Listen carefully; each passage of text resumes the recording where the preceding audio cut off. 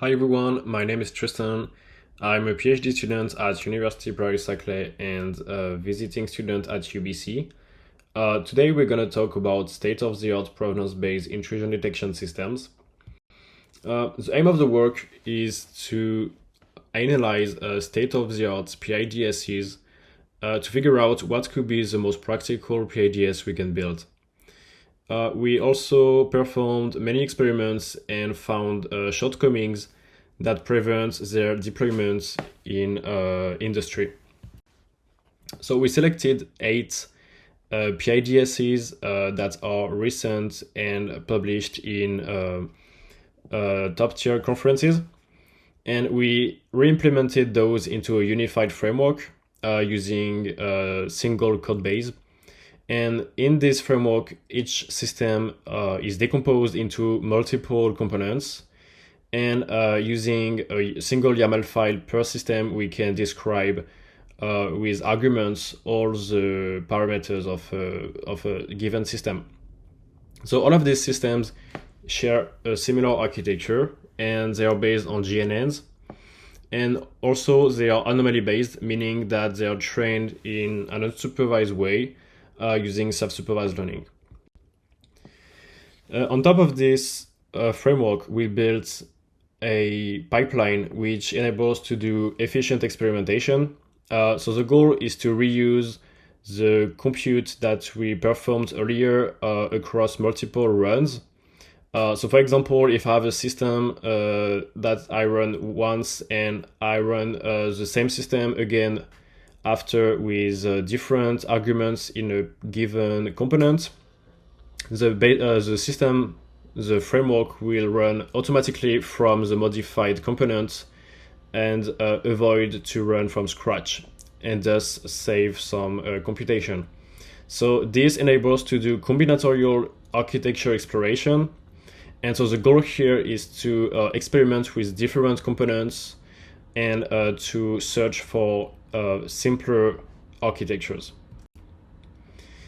Based on the experiments and the analysis we made, we found 9 key shortcomings in state-of-the-art PIDSs, and some of those were found directly in the design and evaluation from the papers, and others were demonstrated experimentally based on experiment on DARPA TC and OPTC datasets. So today we won't have time to go through all the shortcomings, but we will focus on the 2 key shortcomings that we found.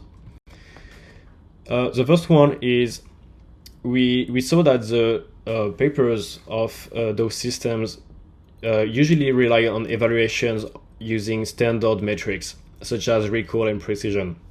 However, those metrics are not suited for attack detection with cybersecurity datasets. The first reason is that they count the total number of true positive and false positive to be computed, and datasets usually comprise multiple attacks, and so we want to ensure we can detect TPs in multiple attacks. Second, some of those metrics, such as recall, give too much importance in detecting many or all the true positive in the attack. However, there exists some methods to reconstruct the attack with only a few nodes. And so here the precision and the low false positive rate is more important. Then some of those metrics are not fitted for extreme class imbalance, which is a common situation in cybersecurity. And finally, metrics like recall and precision require to place a threshold to separate the anomaly score space into benign and attack classes, and the location of the threshold has a huge importance on the final metrics. So here's an example of the predictions made, like the anomaly scores predicted at the node level from 3 state-of-the-art systems. So Artrus on the top, then NodeLink and Kairos.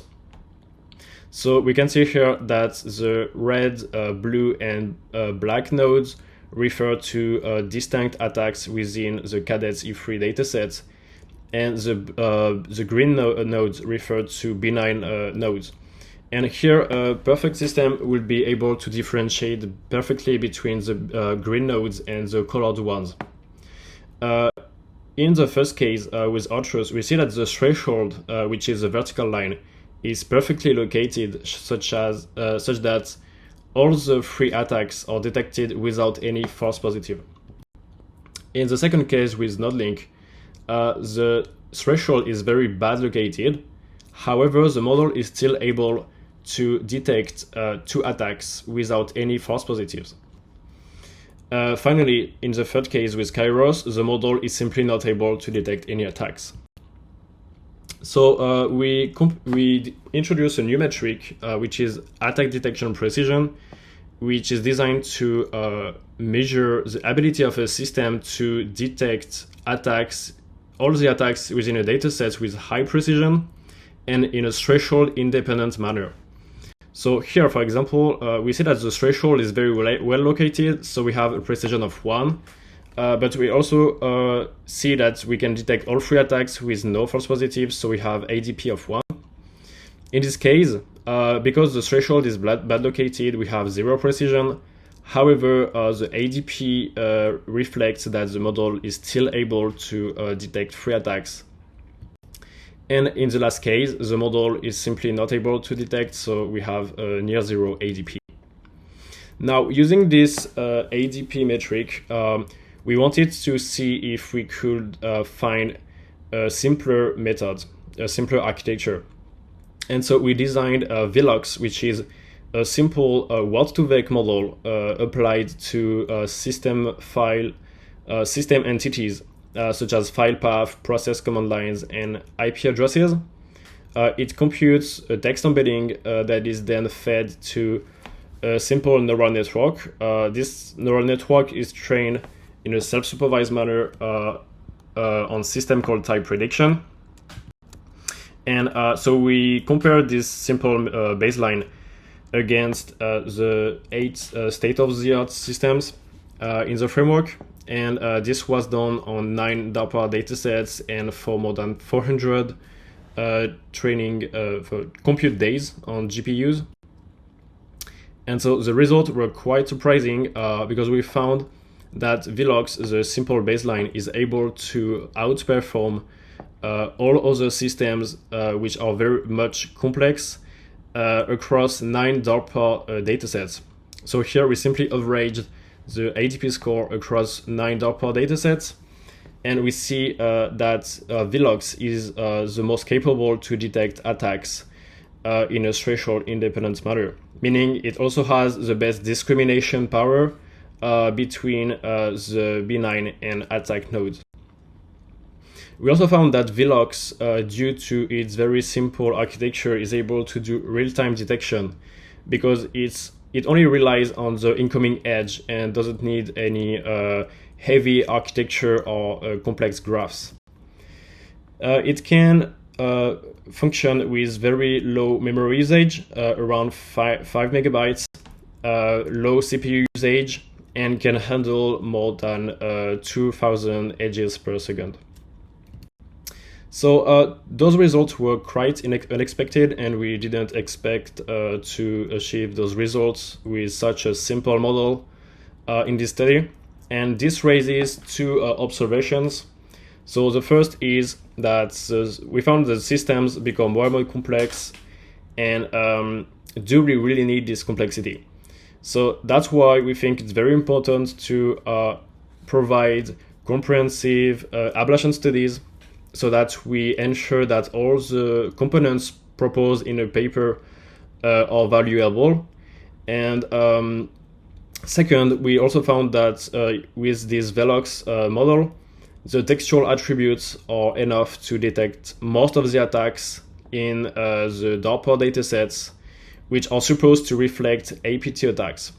And so we don't expect complex attacks like APTs to be detected with such simple features as the text embedded into system entities.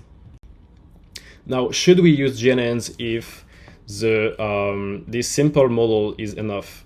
So in more recent research, we found that the GNNs can effectively detect attacks with only the graph structure, so not using any text embeddings and text attributes. So the GNNs can also detect those attacks with different true positives, meaning the GNNs capture different semantics using the graph structure as itself, and also with a larger detection margin.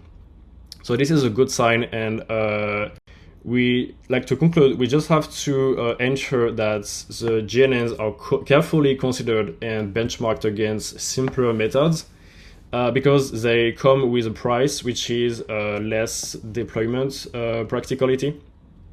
So yeah, it should be really considered before using GNNs.